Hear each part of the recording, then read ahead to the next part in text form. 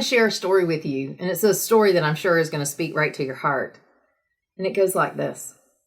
Once upon a time, there lived a sea lion who had lost the sea.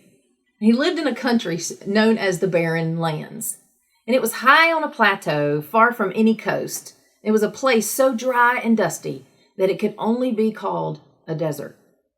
A kind of coarse grass grew in patches there, here and there, and a few trees were scattered across the horizon. But mostly, it was just dust, and sometimes wind, which together make one very thirsty.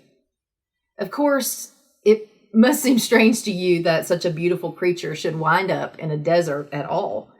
He was, mind you, a sea lion. But things like this do happen. And how the sea lion came to the barren lands, no one could remember. It all seemed so very long ago. So long, in fact, it appeared as though he'd been there forever. Not that he belonged in such an arid place. How could that be? He was, after all, a sea lion. But as you know, once you've lived so long in a certain spot, no matter how odd that spot is, you come to think of it as home. That story was an excerpt from the book, The Journey of Desire, and by the author John Eldredge. And it's one of my favorite stories. And I want to ask you, does it feel like you're living in the dry, dusty, barren lands of life? Does your soul thirst for refreshment from the daily grind of your life? But it seems as there is just none to be found anywhere. Do you exist in the circumstances of life that you wouldn't have really chosen for yourself, and you even question many days how you got there? Have you felt stuck in this place and in this way of living or existing, really, for so long that you don't even remember how you got there and how this happened? Are you the sea lion who's lost the sea? Well, the sea is calling you home.